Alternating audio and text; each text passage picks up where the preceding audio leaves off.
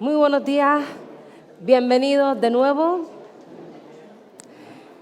Les doy la bienvenida al segundo día de las 4 jornadas de buenas prácticas de recursos humanos del Cabildo de Gran Canaria.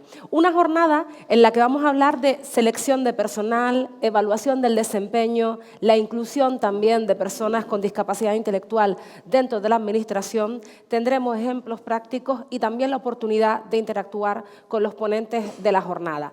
Antes de comenzar, les voy a recordar que tenemos en sendas pantallas el hashtag que vamos a utilizar para estas jornadas. Les pedimos que interactúen, que compartan, que le den like y sobre todo que cuenten sus impresiones a través de los perfiles públicos del Cabildo de Gran Canaria en las redes sociales. El hashtag es jornadas RRHHGC, lo tienen en las pantallas y así pueden compartir toda la información, inquietudes, dudas, comentarios o incluso también celebrar también esta convocatoria en la que todos nosotros nos ponemos al día en cuanto a las buenas prácticas de recursos humanos. Bien, vamos a comenzar ya con nuestro primer ponente del día.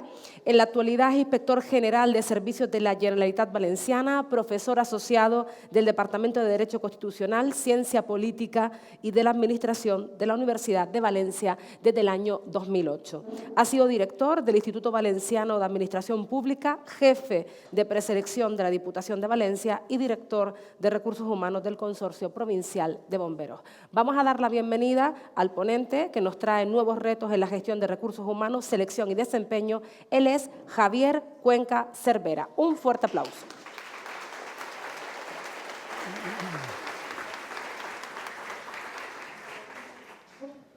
Bueno, buenos días. Debo decirles antes que nada que en fin, estoy encantado de estar aquí. Hacía tiempo que no venía. Bueno, y como saben, por diversas intervenciones, en fin, tengo a gala tener buenos amigos, buenos colegas aquí en Canarias y en Gran Canaria en particular. En estos momentos, yo como saben por la trayectoria, que ya habrán visto que viajo más que el baúl de la Piquer, pero en estos momentos, digamos que tuve una incursión en la comunidad autónoma, volví un poco, digamos, al ámbito provincial y ahora, como uno siempre se deja engañar y es fácil, pues volví a la comunidad autónoma hace ya 2 años y medio para, digamos, la responsabilidad de llevar la inspección de servicios de la comunidad autónoma. La inspección de servicios, como es habitual en este tipo de unidades, en fin, somos un poco nos encargamos tanto de la parte personal como de control interno.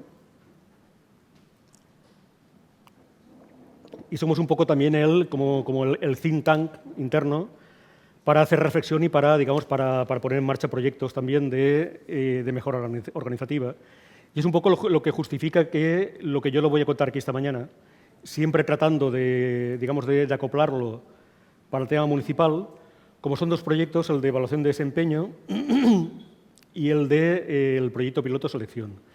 Me centraré más en la parte del proyecto piloto selección, porque evaluación de desempeño, como antes he hablado con otros colegas, digamos que el funcionamiento interno que tenemos, nosotros solemos funcionar con un plan a 2 años, que cumplimos religiosamente, al menos casi todo, pero siempre tenemos, en este caso, digamos, bastante prioridades que nos afectan. Y, de hecho, digamos que hacía años que queríamos morder la cuestión de la evaluación del rendimiento, pero bueno, hay siempre prioridades como que nos tenemos que encargar, como en este momento la parte del impacto del teletrabajo y del seguimiento, o lo que queremos también implantar, que tenemos un poco el reto antes del 13 de junio, que para inspección es un reto importante, que es la cuestión del canal interno de denuncias que prevé la reciente ley 2/2023 de protección de la persona que denuncia irregularidades, que es una ley que está llamada a, en fin, si hay ocasión ya lo hablaremos, a romper esquemas de funcionamiento en el ámbito público. Bien, en la parte de un poco contar, yo haré 3 partes, un poco me ceñiré al tiempo, o al menos lo intentaré, y dejaré la última parte de preguntas, pero yo aquí había puesto inicialmente como 3 bloques. Una reflexión muy rápida acerca de la gestión de recursos humanos en el ámbito público, la gestión pública de recursos humanos, porque hay gente que reivindicamos que somos gestores de recursos humanos, que sabemos que tenemos el rodaje, pero digamos que el ámbito de conocimiento es, en algunos casos, sensiblemente diferente a lo que es la gestión de recursos humanos en el ámbito privado. Y yo creo que aquí siempre, dado que estamos entre colegas, y es un poco, digamos, el tipo de formación que uno más agradece, pues siempre tratas un poco de hacer algún tipo de reflexión acerca de la agenda y a qué nos dedicamos la gente que estamos en el ámbito de la función pública o recursos humanos. Luego, unas pinceladas sobre el plan experimental de evaluación de desempeño, que en estos momentos, digamos, bueno, luego lo contaré, estamos pendientes de empezar a negociar con los sindicatos. Lo que pasa es que ahora, en la fecha que estamos, vamos a dejarlo parar y luego seguiremos después del verano, la orden reguladora de cómo vamos a hacer la evaluación de desempeño, que nos ha costado mucho. Y simultáneamente vamos a hacer las pruebas piloto, con lo cual, digamos, les contaré un poco la fase, digamos, de todo lo que hemos hecho y hasta qué punto nos hemos quedado. Y luego el proyecto piloto selección, que ahí también surge de una reflexión previa, pero que en esta parte, digamos que también porque yo creo que había un contexto más favorable, o es una cosa que hemos podido hacer más internamente, sin tener que negociarla tanto, tenemos más avanzada. Y, de hecho, estamos, digamos, inmersos no únicamente en una reflexión acerca de cómo habría que hacer el modelo de selección, sino que estamos experimentando con el nuevo modelo de selección, para lo bueno y para lo malo. Y ahí la intención es, cuando llegue el mes de octubre y hayamos concluido el proceso, bueno, pues hacer un informe de evaluación con las cosas buenas, las cosas malas, y si hay lugar, porque la política tiene estas cosas, bueno, pues corregir y seguir un poco con el planteamiento. Bien. El tema del discurso y la práctica de lo que tiene que ver con la gestión de recursos humanos, que al final, como verán, yo creo que nos centramos en tres prioridades. Intuyo que ayer uno de los colegas que también coincidió bastante, que es Carles Ramió, yo creo que él también, digamos, en esto suele tener un enfoque parecido. Yo soy de los que piensa que el ámbito de personal en el mundo público y en las entidades locales en particular tenemos muchos diagnósticos, ¿de acuerdo? Estamos, como diría algún colega, sobrediagnosticados. Y lo que sí que nos falta es, en cierto modo, digamos, empezar a ver, bueno, pues, digamos, coger referentes de puesta en práctica de medidas o, sobre todo, digamos, el cambiar la práctica. Ahí tienen un poco todo lo que llevamos en 30 años de democracia, de libros blancos, diagnósticos, libros de mejora. El último fue el Estatuto Básico del Empleo Público, que tuvo su precedente también, lo ven ahí, con el libro que le sirvió de base. El Estatuto Básico del Empleo Público, ahora, como saben, desde el año 2015, texto refundido.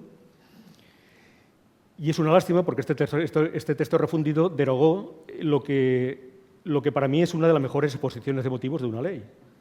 Porque la antigua exposición de motivos del EBEP decía cuáles eran los objetivos, y con ello estamos. Que era, bueno, digamos que, ¿cuál es el mejor sistema de empleo público? Aquel que atrae y retiene a los profesionales.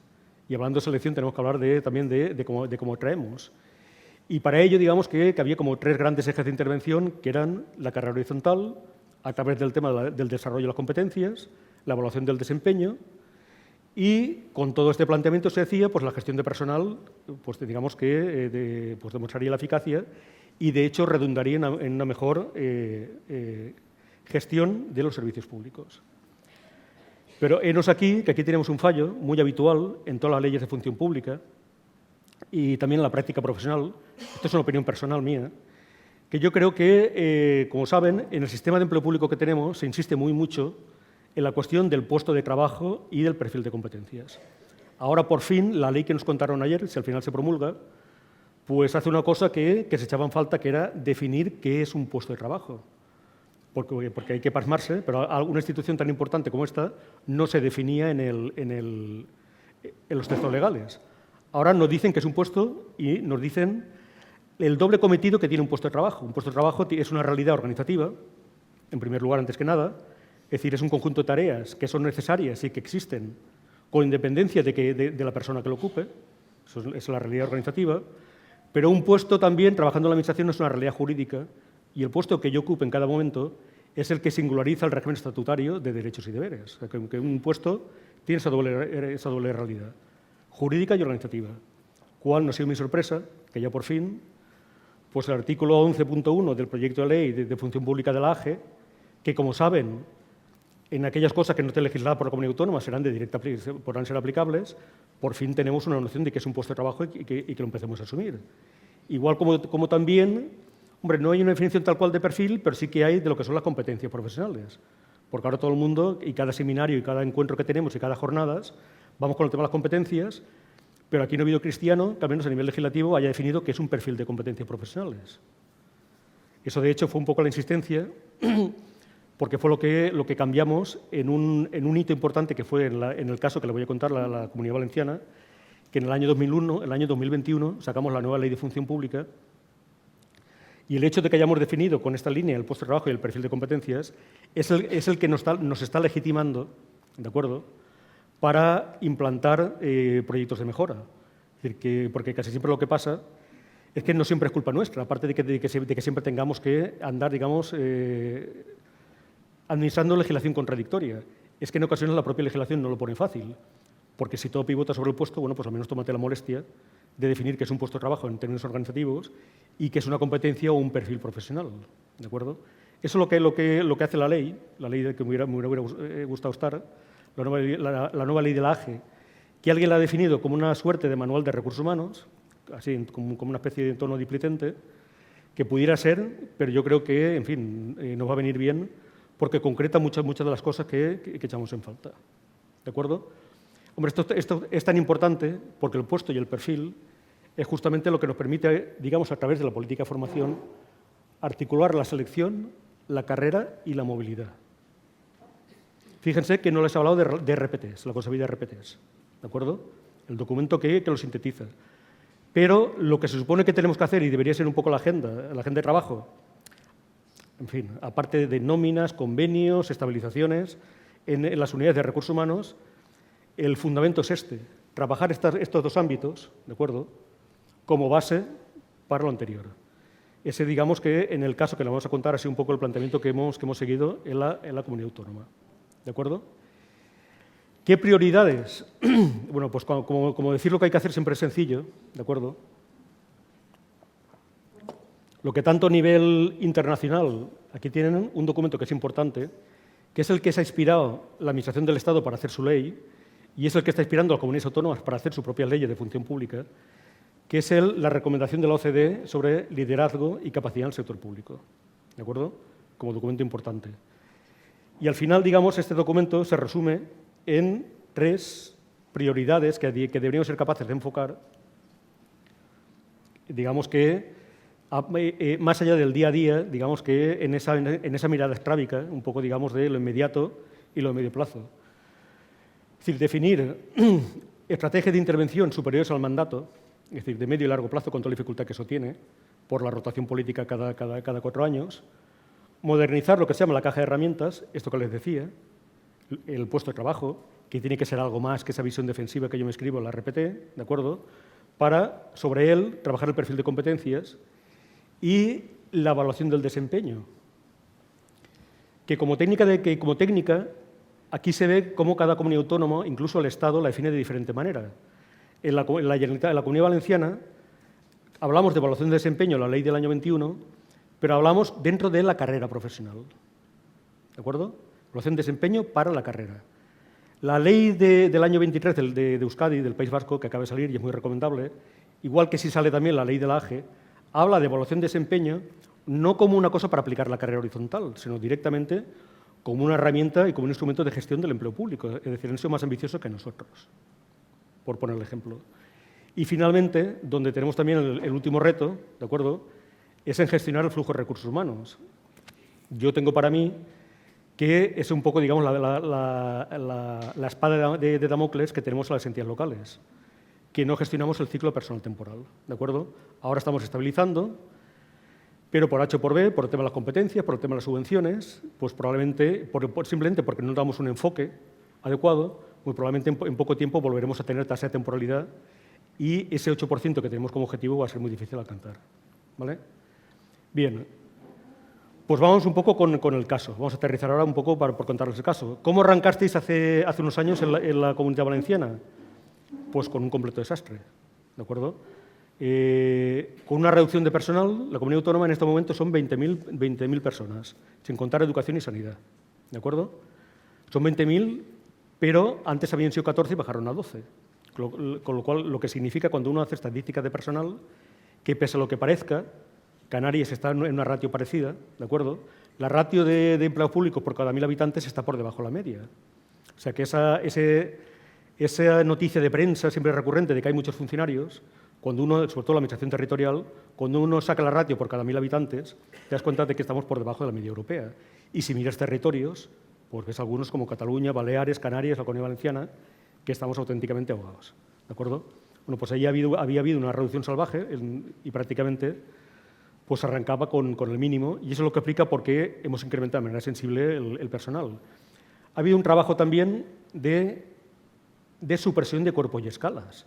Yo cuando en el mundo local daba un curso sobre gestión de personal, siempre decía a los colegas, simplificar la plantilla. No puede haber, tú no puedes tener 80 plazas distintas y únicamente 20 puestos de trabajo, porque la plantilla, la parte subjetiva del funcionario, es la que otorga derechos. Bueno, cuando llegamos allí nos encontramos con que la comunidad, la Generalitat, tenía 202 cuerpos y escalas para 12.000 funcionarios, cual era una auténtica barbaridad en términos de movilidad interna. ¿Qué se hizo y qué ha hecho la ley? Tratar de simplificarlo. Primero con 60 cuerpos y luego, como siempre viene la negociación, al final nos quedamos con 88. ¿De acuerdo? Pero bueno, lo reducimos a la mitad. Y también, bueno, pues como es habitual, pues escasa movilidad, precariedad de las plantillas y, sobre todo, digamos, una necesidad de modernizar las herramientas de gestión, ¿no? Y los objetivos, bueno, pues era un poco eso.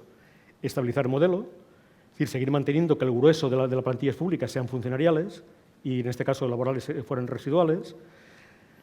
Regularizar, y aquí hay que reconocer que la Comunidad Autónoma lleva desde el año 2017 haciendo convocatorias como si no hubiera mañana, ¿de acuerdo? No únicamente de acceso, sino las que son complicadas, las de provisión. Y resultaba que no se había hecho un concurso de jefaturas de sección desde hacía 10 años. Y convocar el primero parece una chorrada, pero en fin, ahí había intereses y había también gente muy arraigada y se ha podido convocar los concursos de provisión y ahora lo hacemos con regularidad, lo cual costó y venciendo mucha resistencia. Es decir, que no todo es gestión de la chula, sino que antes ha habido que, digamos, que picar piedra, ¿vale? Bien, vamos con el tema de la evaluación del desempeño. Y aquí verán de pasada lo que fue un poco, digamos, el hito principal, porque allí sí que somos aficionados, en cierto modo, digamos, como técnica legislativa, el ámbito político, a, antes de intervenir, recabar consultas y, sobre todo, digamos, armarse con libros blancos, grupos de expertos. Bueno, pues en el año 16 se constituyó un grupo de expertos en el seno del Instituto Valenciano de Administración Pública, un poco para ver qué había que reformar de la ley, ¿de acuerdo? Y para que vean lo que tarda, el primer borrador de ley se hizo en el año 16 y tardó 5 años en convertirse en proyecto de ley, ¿de acuerdo? Pero bueno, nos ha venido bien, pero nos ha retrasado muchísimo todas las experiencias. Y ahí tenemos ahora la Ley 421 de 16 de abril de la Función Pública Valenciana, que es la que por fin le da una cierta coherencia y nos hace poder entrar más fácil en temas de evaluación y en temas de selección. La parte de evaluación de desempeño estamos menos avanzados, pero bueno, aquí vamos a compartir un poco las reflexiones. Es decir, ¿qué es lo que sabemos? Un poco lo que nos planteamos el propio equipo de inspectores, porque en materia de evaluación de desempeño, contando el caso, pues lo que se decía es, le corresponde a la inspección de servicios el diseño y la implantación de la evaluación, y luego a función pública la gestión del desempeño, ¿de acuerdo? Nosotros constituimos un grupo de proyecto con 2 inspectores y yo mismo, y función pública creó el servicio de gestión del desempeño.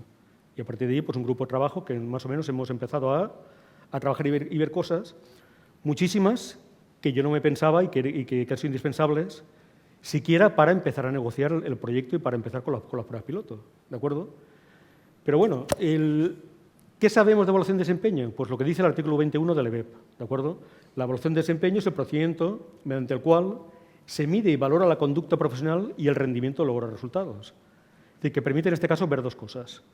Las conductas, el comportamiento, las competencias, la parte cualitativa y la parte más cuantitativa que sería el logro de resultados, porque el rendimiento, con acierto o sin él, en términos legislativos el rendimiento digamos que se asocia muchísimo al tema de los objetivos. Y lo que hace el proyecto de ley de la AGE, yo creo que ahora sí que le pone el cascabel al gato de manera correcta, porque lo que dice el artículo 81 del proyecto que les explicaron ayer es que se valora la conducta y se mide el rendimiento. ¿De acuerdo? Valoramos los comportamientos de una persona en su puesto de trabajo y medimos los logros y los objetivos alcanzados. En este caso, por decir un poco también, por el amparo legal, en la ley tenemos una definición de evaluación de desempeño. La lástima que esté puesto en la parte de carrera profesional, y yo pensaba que esto no pasaría al cedazo de la negociación colectiva, porque se define evaluación de desempeño como el procedimiento que permite individualizar y diferenciar el comportamiento. Es decir, el que en teoría nos tiene que permitir lo que todos queremos y ambicionamos, que es poner el cascabel al gato de que no todos somos iguales. ¿De acuerdo? Y la palabra, bueno, pues digamos que causó un poco de resquemor, resistencia, pero bueno, evaluamos para individualizar y para diferenciar. De hecho, también cuando se habla de gestionar el desempeño, suele hablarse de gestión de la diferencia. ¿De acuerdo? Y también por decir, un poco por aquello que decía antes de que estamos sobrediagnosticados, es decir, hay mucha literatura disponible acerca de cómo ponerlo en marcha. Y aquí tienen desde experiencias que tienen más o menos un éxito contradictorio, Asturias, que ha hecho cosas, Galicia, pruebas piloto. La Administración del Estado hizo una prueba piloto, que es la que nosotros estamos mirando el año 2011, con más de 80 unidades administrativas, del rango de subdirección general. Y sacaron experiencia suficiente para ponerlo en marcha. Pero cuando llegó la hora de ponerlo en marcha, pues hubo el cambio de gobierno y esto tardó en priorizarse. ¿De acuerdo? Los cambios lo hicieron difícil. A lo cual no obsta que en el año 2013, y estas son las siglas, la Comisión de Coordinación del Empleo Público, que es un órgano importante, delegado de la Mesa General de Negociación, acordara unas orientaciones para poner en marcha sistemas de evaluación de desempeño consensuadas técnicamente y con los propios sindicatos. Y que es una herramienta magnífica para no perder de vista, porque es la que yo más he invocado cuando he tenido que explicar estas cuestiones. ¿De acuerdo? Y tenemos también un contexto propicio, que es el teletrabajo. El trabajo que todo el mundo decimos que no es evaluación de desempeño, que se parece como un huevo a una castaña, pero al final sí que tiene que medir con el rendimiento y con la consecución de objetivos. ¿De acuerdo? Porque ahora nos está saliendo, no sé qué pasará en sus organizaciones, que la queja de que únicamente medimos por objetivos a la gente que está en teletrabajo y al que no está en teletrabajo, pues no medimos objetivos. Nosotros eso lo estamos leyendo en el sentido de decir, pues más para mí, como decimos en Valencia. Vamos a implantar, o a tratar de implantar, aunque sea en modo programa piloto, programas de evaluación de desempeño. Un programa de evaluación de desempeño tiene 5 partes, 5 componentes, ¿de acuerdo? El para qué evaluamos, para carrera, para retribución, para las dos cosas. Esto la Comunidad Valenciana nos ha mareado muchísimo, porque la evaluación de desempeño que hemos diseñado en la inspección es una evaluación del desempeño para la carrera horizontal. Ahora explicaré cómo estamos porque el contexto es diferente. Sin embargo, nos hemos dado cuenta, ahora ven la siguiente transparencia, que como la Generalitat Valenciana ya paga la carrera horizontal sin hacer evaluación, eso nos condiciona muchísimo. Y como tenemos una plantilla envejecida, es prácticamente, están todos en grados superiores, te encuentras con que vas a hacer evaluación para gente que en la práctica, digamos, eso le va a afectar poco. Improvisación sobre la marcha, pues habrá que poner en marcha la evaluación de desempeño para justificar el tema de la productividad. La Generalitat Valenciana es una comunidad autónoma que no paga productividad. ¿De acuerdo? La quitó hace muchos años. Y, de hecho, un poco lo que nos ha parado todavía más ha sido esa discusión, decir, ostras, está bien que hagamos evaluación de desempeño, pero tiene que tener alguna consecuencia. Si yo te valoro a ti porque estás en el grado 4 y la evaluación de desempeño realmente no te va a permitir mejorar, el incentivo es poco. ¿Vale? Con lo cual, primer hachazo en el intento de arrancarla. Luego viene la discusión de qué vamos a evaluar, quién evalúa, que es un poco quién le pone el cascabel al gato, mediante qué herramientas y la periodicidad. El quién evalúa, por ejemplo, todos iríamos a modelos donde la evaluación es multifuente, pero en el ámbito administrativo, yo creo que un poco la sensación que uno tiene es que si planteamos evaluación multifuente en algunos ámbitos organizativos, las carcajadas llegarían a Sebastopol, con lo cual no tiene mucho sentido. Lo que decía la Comisión de Coordinación del Empleo Público es, empieza por como han empezado todos. La evaluación más racional es la evaluación superior jerárquico colaborador, ¿de acuerdo? Con mecanismos de apelación, con autoevaluaciones y con todas las garantías. Pero tiene que ser esa. ¿Y el cuándo evaluar? La periodicidad. Nosotros hemos puesto 1 año y, de hecho, 1 año es lo que pone la Administración del Estado en su proyecto de ley. Con lo cual, más o menos, estamos por ahí. ¿Cuál es el contexto? Pues el que les contaba.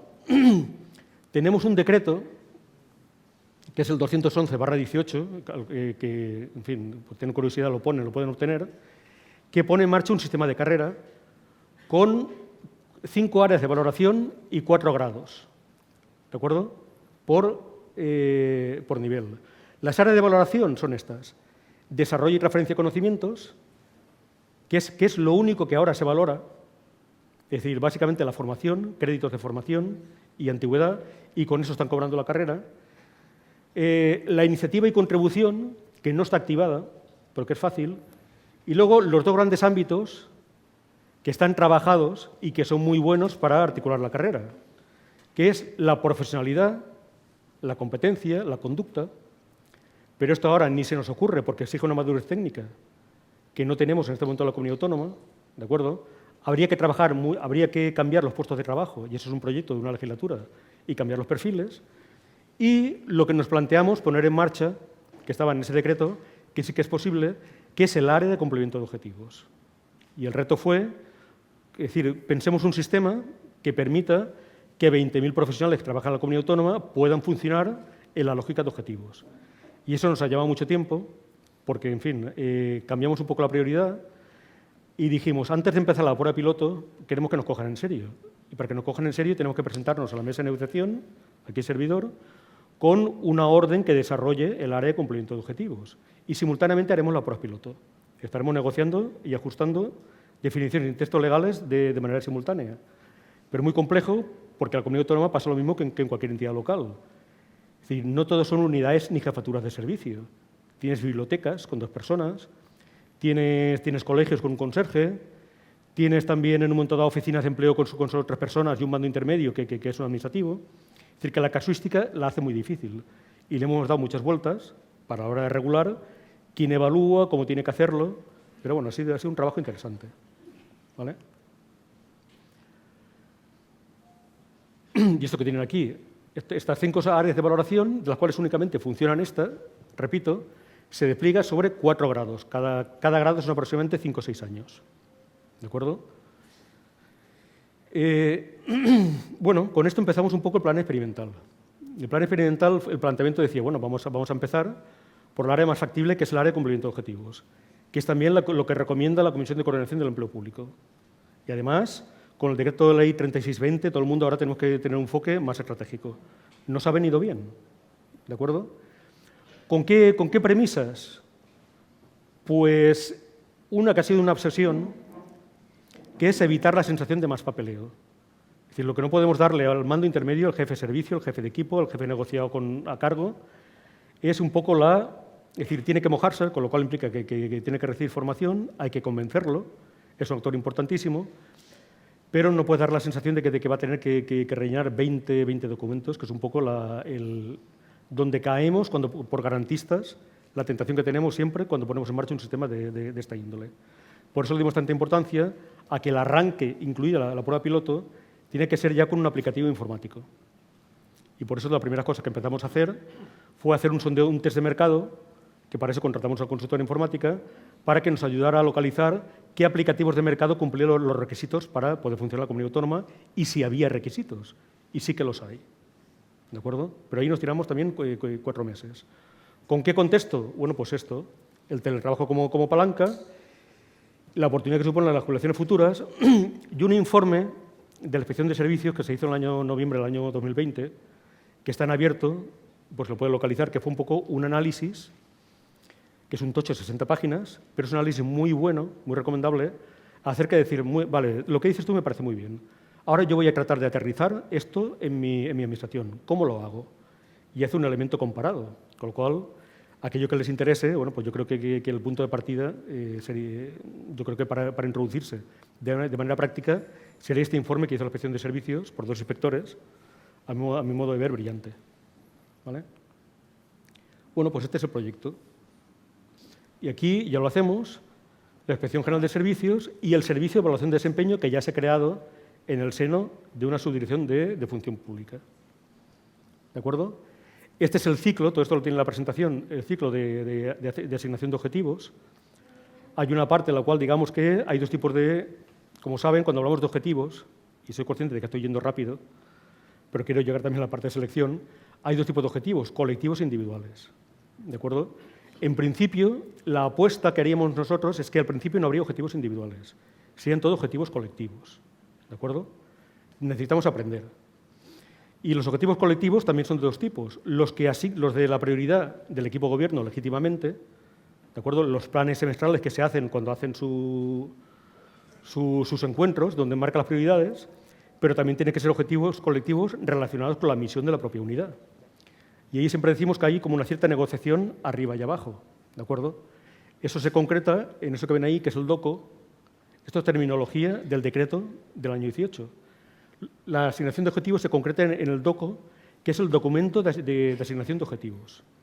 A partir de ahí, con el DOCO, ¿de acuerdo?, viene el despliegue a lo largo del año y en el último trimestre del año hay una evaluación final de la cual habría una autoevaluación y una elección que hemos hecho, que ya veremos si se mantiene cuando lo llevemos a la mesa de negociación, y es que en principio no va a haber entrevista de evaluación. ¿De acuerdo? Únicamente habría entrevista de evaluación en el caso de discrepancia. Yo ya intuyo que cuando esto lo llevemos a la mesa nos van a correr a gorrazos, ahora que no me oye nadie. Pero lo que queremos, en cierto modo, es evitar un poco la sensación de... También digamos que la parte de objetivos es relativamente sencilla. El otro modelo que es interesante en materia de evaluación de desempeño, que llevan 6 años de experimento, pero están aprendiendo muchísimo, es el Ayuntamiento de Valencia. El Ayuntamiento de Valencia monta un sistema de carrera horizontal muy recomendable, tienen toda la normativa en la web, pero las primeras evaluaciones han sido evaluaciones cero, que llaman, es decir, evaluaciones sin consecuencias, como sería la primera que haríamos aquí.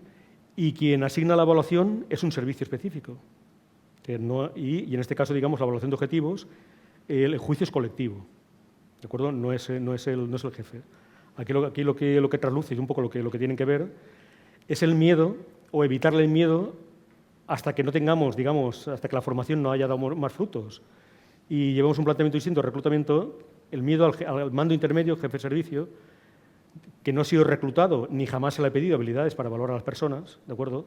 Un poco decir, bueno, tienes que hacer la evaluación en el caso de que haya discrepancia, de que esta persona piense que está bien y tú digas que no es para tanto. Entonces sí que tiene derecho a que se lo apliques, ¿de acuerdo? Bueno, pues aquí lo tienen desarrollado. El alcance del proyecto, bueno, pues al final, lo que les decía, se valora el cumplimiento de objetivos con esos dos tipos de objetivos, de mejorar el servicio público y específico. Los objetivos, en primer lugar, es disponer de, en la fase proyecto en la cual estamos ahora, del soporte normativo, del borrador de reglamento, de orden, que ya la tenemos. La teníamos el mes de marzo y cuando íbamos a presentar la función pública, en este caso nos cayó encima la Ley de Protección al Denunciante y como solo somos 12 personas, pues al final, digamos, ha habido que parar prioridades. Lo cual seguramente nos llevará a que si todo va, eventualmente pudiera ser después del verano, cuando empezáramos la negociación, con la finalidad de que el año 2024 fuera el primero sometido a evaluación. ¿De acuerdo? Simultáneamente a esto, la intención es hacer una experiencia piloto. El piloto lo haríamos con 3 unidades, ¿de acuerdo?, distintas. Una unidad grande, tipo dirección general, con varias subdirecciones para ver, digamos, cómo es la asignación de objetivos y cómo se negocian de unas a otras. Una subdirección general para ver la dinámica persona responsable y personas colaboradoras, ¿de acuerdo?, cómo se fijan y cómo se llevan. Y en principio, bueno, pues esto es lo que nos tiene que dar, y queremos que sea simultáneo, el modelo operativo. ¿Vale? Hubiéramos querido hacer la prueba piloto antes de que llegara el verano, pero al final digamos que siempre vamos retrasados. ¿Las fases del proyecto en qué fase están? Pues tenemos ya prácticamente concluida la fase 0 y lo que nos queda pues es en esta parte, antes de entrar con las pruebas piloto, ¿de acuerdo?, la parte que estamos en estos momentos. Es decir, pero que hemos parado, la parte de información y comunicación, formación interna, elaboración metodológica, guías, modelos, formularios y la selección de qué unidades van a ser, en este caso, las que van a someterse a la prueba piloto. Y una cosa que es importante, que es la elaboración la contratación de una consultoría externa, ¿de acuerdo?, para que nos ayude en la implantación, pero sobre todo es una consultoría más de carácter tecnológico. ¿Vale? Sí que es verdad que el piloto, pues un poco, la idea para que vean un poco el tiempo que se tarda con esto, es complementar un ciclo de evaluación. El ciclo es el año natural. Si queremos evaluar el año 2024, pues ya hay que empezar en octubre del año 2023, con la asignación de objetivos. Y nos pondremos en el primer trimestre del año 25 con la conclusión de las evaluaciones. Por eso, digamos que el piloto, si todo va bien, empieza en octubre del año 23 y acabará en marzo del año 25. ¿De acuerdo? Entonces, si seguimos vivos, lo podremos contar, diremos cómo está. Y yo sí que pensaba incluso que esta parte podía haberlo llevado incluso más madura, porque queríamos haber empezado antes. Ahí hay una fecha que es la de fallas, pero bueno, al final, como imagino que nos pasa a todos, pues, las prioridades al final siempre las marca un poco la propia dinámica política, legislativa y todo lo que viene. Si tenemos suerte, porque es un reto, pues después del verano podríamos empezar con esto. Pero hay que ser consciente de que con esto llevamos de proyecto 2 años y medio, que es lo que yo llevo a la inspección de servicios, para todavía, digamos, empezar. Es decir, que un poco una de las cosas que yo quería compartir, porque el objetivo es ese, compartir un poco la experiencia, es el tiempo y el coste que tiene ponerse en serio con un proyecto de estas características.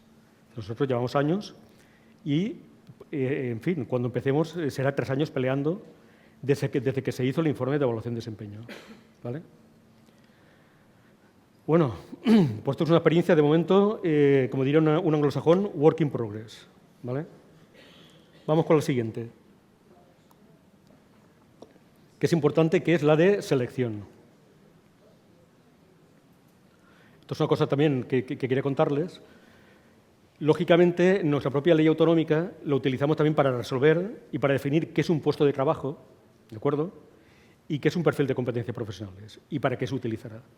Eso lo dejo ahí, no voy a meterme en esta parte, para que lo tengan como elemento de consulta. Bien, cuando hablamos de selección, yo para mí, siempre que hablo de selección, yo vengo del mundo local, a pesar de que ahora está la comunidad autónoma, y reconozco que tengo ganetas de volver al mundo local. Hay un debate muy recurrente en el mundillo de la selección pública, al empleo público, que es el de las técnicas de selección. Se dice que son técnicas memorísticas, que predicen poco, y que en términos de validez y eficacia, pues prácticamente digamos que, más allá del mérito que tiene y de la igualdad en el acceso, tiene la misma probabilidad de acertar que un mono, digamos, lanzando dardos. Porque para eso vale un poco, digamos, el sistema meramente memorístico. Pero yo automáticamente, que aquí sí que me permito decir que, bueno, uno ha dedicado su otra vida, que es la parte investigadora, el empleo público local, para mí, la selección en el empleo público local no tiene que ver tanto con el tema de las técnicas como con una cuestión meramente organizativa. Y es pretender pensar que cada ayuntamiento, cada entidad local, cada municipio, cada empresa y cada diputación o cada cabildo, pretender que es posible asegurar la vigencia del mérito y la capacidad en un sistema tan descentralizado como el nuestro, pues es efectivamente tener un elefante y no querer verlo, ¿de acuerdo? Porque es muy difícil. Y porque cuando uno mira, que a mí eso me gusta mucho, la perspectiva comparada, pues hay, efectivamente, en el mundo local en Europa, el que suscribió la Carta Europea de Autonomía Local, por cierto, Europa Central, Oriental, la nórdica, hay países donde cada ayuntamiento o cada comuna o cada comune selecciona los suyos, pero es muy habitual que la selección sea a una escala territorial como mínimo provincial, comarcal o provincial. Es decir, si queremos asegurar el mérito y la capacidad, pues no tiene que hacerse, digamos, fijaos en lo absurdo que es que cada ayuntamiento, con independencia de su capacidad, ya sea Las Palmas de Gran Canaria, ya sea el ayuntamiento de Benifallo con 5.000 habitantes, o peor, el que tiene 2.000, cada uno es autónomo e independiente para hacer la selección de personal.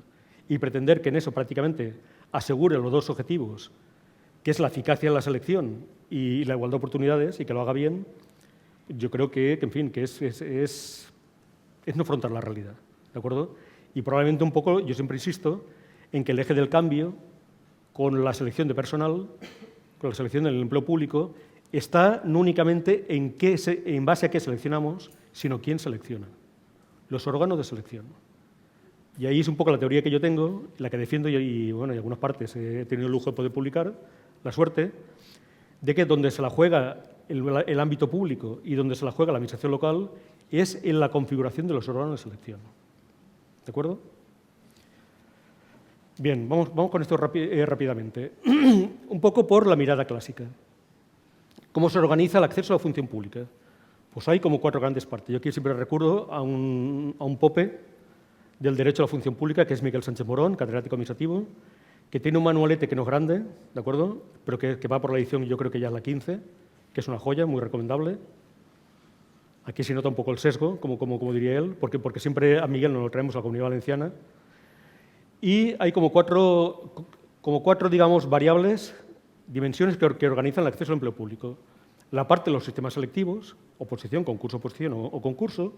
La parte de los órganos, que es la que yo siempre insisto, cómo los configuramos.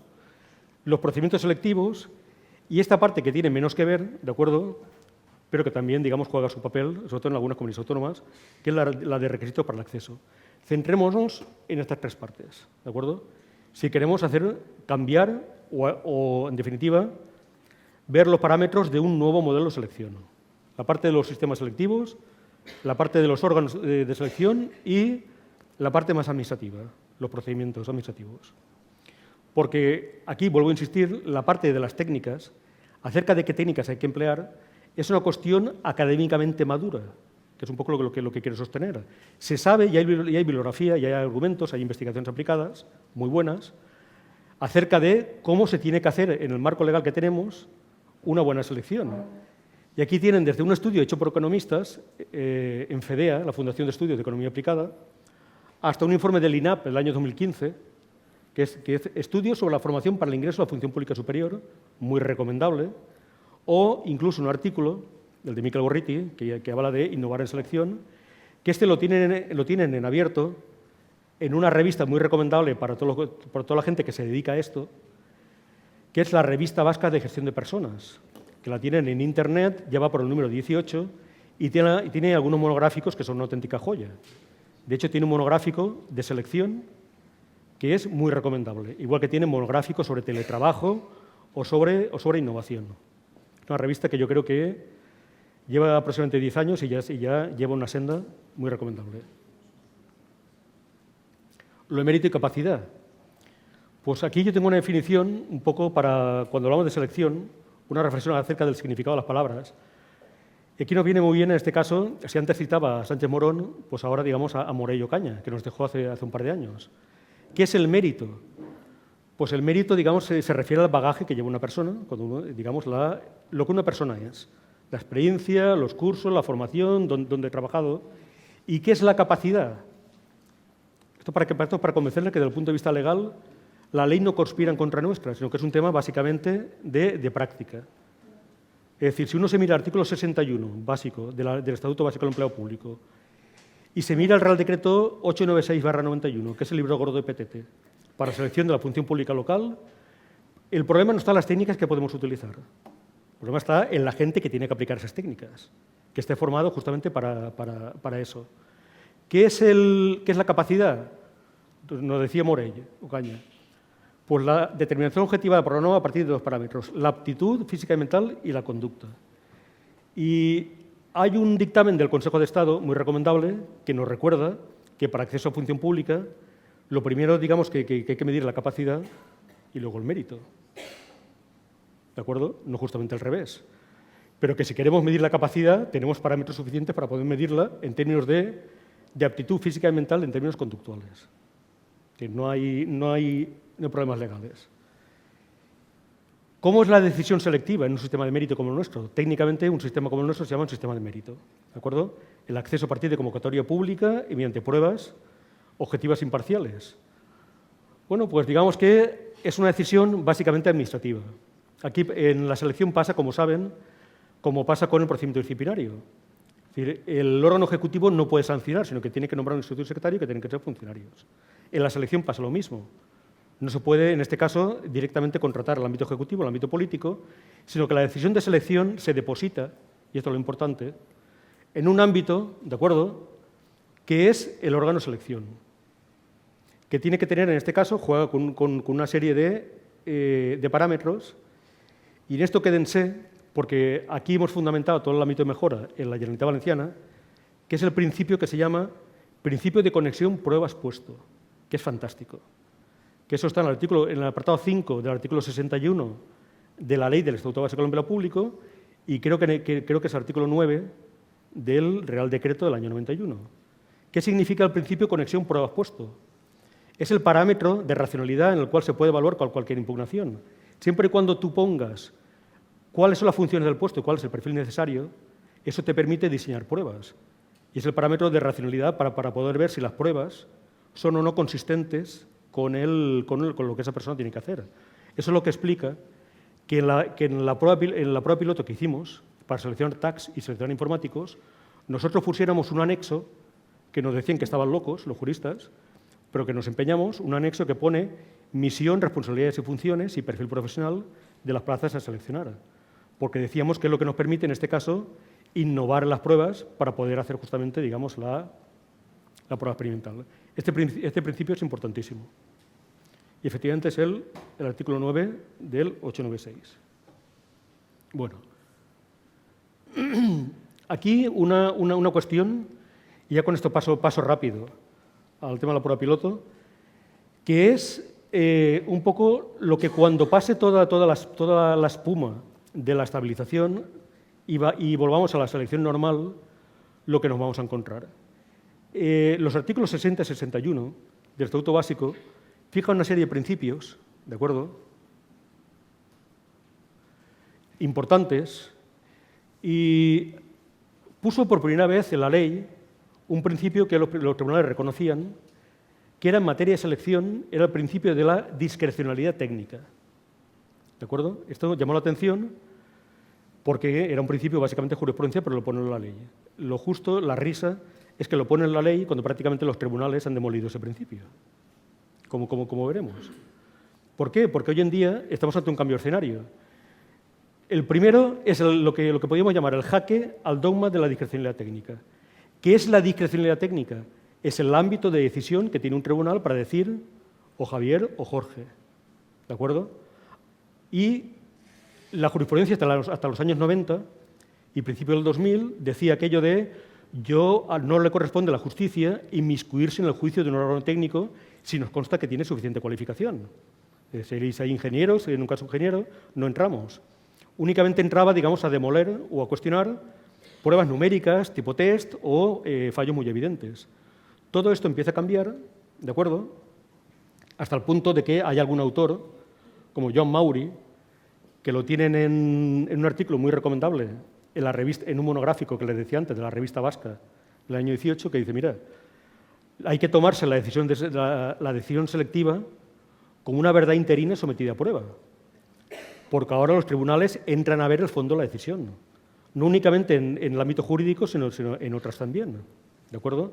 Con lo cual, hace muy difícil la práctica de la selección conforme era hasta ahora. Si a eso le añadimos la práctica de los órganos de transparencia, y es recomendable mirarse lo que están diciendo los consejos de transparencia, donde obligan a justificar básicamente el por qué eliges a esa persona, cuál es la motivación, y donde no únicamente el interesado tiene derecho a que le den la explicación, sino cualquier persona, pues nos encontramos con que hoy en día es muy difícil que la práctica de cualquier tribunal o comisión de selección no te la cuestionen. Y la ha elevado a un nivel de complejidad que realmente lo hace, ya sé que repito muchas veces la palabra complejo, y en este caso me apetece complicado, pero nos encontramos con dos elementos que todavía hace más difícil coger un poco el modelo que tenemos. Porque ¿cuál es el modelo? Es un modelo amateur, donde tú coges de la chaqueta a una persona y le dices ponte en un tribunal, ¿de acuerdo? Esa persona encima pídele que tiene el doble de trabajo, el doble de faena, y encima en fin, será el signo de los tiempos, nos encontramos con recursos y con reclamaciones, con mucha mala sombra también, que encima cuestiona a una persona que dice, bueno, yo estoy aquí porque soy funcionario, entiendo que es mi obligación, pero yo no soy experto en selección, ¿de acuerdo? Es un poco, digamos, el punto de partida en el cual estamos. Ahí tenéis puesto, digamos, también, por si os interesa, lo que dicen los tribunales, y abajo tenéis autores que han trabajado mucho el tema de la discrecionalidad. J.R. Chávez, que tiene un blog muy conocido, Jorge Fondevila, Sánchez Morón, Mauri, que os citaba, o un librito que acaba de sacar un profesor administrativo, Ricardo Vicente, editado en Tirano Blanc, donde hace, digamos, un poco la explicación y, en fin, pone negro sobre blanco cómo los tribunales en la práctica han demolido el principio de la discrecionalidad técnica. No hay tal discrecionalidad técnica. Cuando estemos en un tribunal, hay que motivar muy bien, según el tipo de prueba, por qué otorgamos una calificación y por qué una persona X tiene un 7 en comparación con la otra que tiene un 8. ¿Vale? Bien, todo esto lo sabéis, pero nos lleva a una conclusión preliminar un poco para lo que queremos hablar, y que yo creo que deberíamos ser conscientes, que no es posible seguir funcionando en selección con el modelo con el cual estamos funcionando, que es un modelo básicamente amateur. ¿De acuerdo? Mucho menos cuando uno levanta la vista y dice, vamos al plano comparado, y el plano comparado no es así. Habría que replantearse otro tipo de esquema de funcionamiento, que nos dé, digamos, que nos garantice ese doble objetivo de eficacia técnica y de integridad y transparencia. Los órganos estables pues pueden ser una solución. Lo que pasa es que ahí están sin que nadie los haya activado. Desde el Estatuto Básico, que te dice que las administraciones públicas podrán crear órganos especializados, en el mundo municipal, donde la LARSAL, que aquí pasó desapercibida, la LARSAL del año 2013 prevé que las entidades provinciales, cabildos, consejos y diputaciones puedan dar apoyo en la selección y formación del personal de los municipios. Y ahora nos encontramos también con la Ley 2021 de reducción de la temporalidad, que encomienda a estos gobiernos locales intermedios, ¿de acuerdo? Pues dice, aquí he citado la exposición de motivos, una reforma de este calado ha de tener muy en cuenta la administración local introduciendo medidas que faciliten el desarrollo de los procesos de selección. ¿De dónde estamos acabando? Pues aquello que el legislador sugiere, pero no lo acaba de rematar, que es que la selección, sobre todo de cuerpos funcionariales, debería ser a un nivel provincial. Y diputaciones y cabildos deberían asumir esto en su propia agenda. ¿De acuerdo? Lo que pasa es que hay que reconocer que decirlo esto en una ley sectorial pues podría vulnerar, en este caso, la autonomía local. Lo que hace el legislador, yo creo que es llegar donde puede, que es sugerir, incentivar y animar equipos de gobierno para que entiendan que perfiles como los que necesitamos requieren que sean los gobiernos locales intermedios los que se encarguen de esto.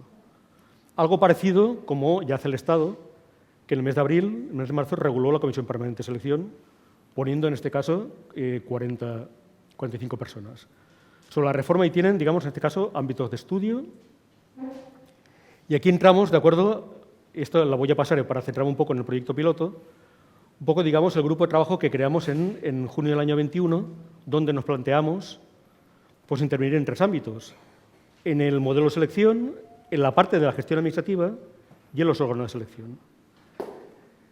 En el modelo de selección, ¿cuál es el modelo de selección? Pues nos hemos planteado, sobre todo para el grupo A, A1 y A2, lo que llamamos el modelo MIR. Vamos a hacer selección con pruebas tipo test, ¿de acuerdo? Con 2 test. Y las personas aprobadas, más un 10%, pasarán a un curso selectivo. Curso selectivo que será un mes de curso y 3 o 4 meses de práctica de desempeño en un puesto de trabajo.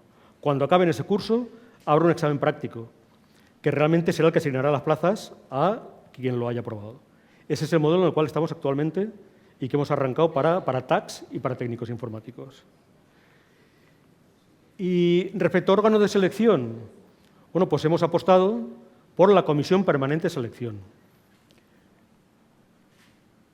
Y para la Comisión Permanente de Selección, pasa que se dan cuenta de que siempre vamos tarde, pues creamos y refundimos el antiguo Instituto Valenciano de Administración Pública, que ahora se llama, desde marzo, Escuela Valenciana de Administración Pública, y va a agrupar selección y formación. En este organismo va a haber una comisión de selección con 8 puestos de trabajo, nivel 2850, A1, 2850 y alguno inferior, que va a ser gente que se dedique únicamente, es decir, con un estatus de integridad muy intenso, a hacer selección de personal.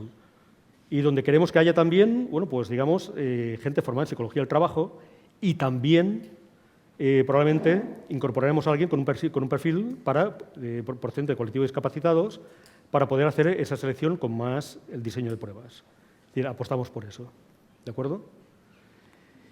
Y el proyecto piloto, y acabo, bueno, pues aquí tiene un poco lo que pusimos en la convocatoria. En la convocatoria pusimos que ya en la 3 y 21, es decir, cuál es el tipo de tarea, los puestos asociados, pusimos la misión y responsabilidades, pero también pusimos un perfil, que aquí nos venimos un poco arriba, y se parece un poco al perfil de competencias. Porque ¿qué es lo que decimos? ¿Qué nos vale? ¿Qué es lo que tiene que saber? Tiene que saber conocer los aspectos teóricos relativos a la gestión de recursos, fundamentos sobre gobernanza, y ¿qué tiene que saber hacer? Pues con esto vamos a diseñar el ejercicio práctico para asignar las plazas. Tiene que saber hacer, manejar adecuadamente fuentes legales, informar sobre incidencias y problemas, tiene que saber diseñar un plan de actuación de la Administración, y vamos a medir también si sabe o no formular objetivos, indicadores y planes, y tiene que ser capaz de trabajar de modo colaborativo. ¿De acuerdo? Ahí está la prueba. La prueba de momento del experimento en curso es 80 plazas para uno, posición libre, y 70 para informáticos. El 10 de enero hicimos el primer ejercicio, que fue para estos dos grupos de la 1, fueron 160 preguntas de carácter conceptual y el mismo día por la tarde 40 preguntas teórico-prácticas. ¿De acuerdo? De 4.000 pasaron aproximadamente unas 190 personas. O sea que fue un examen durito.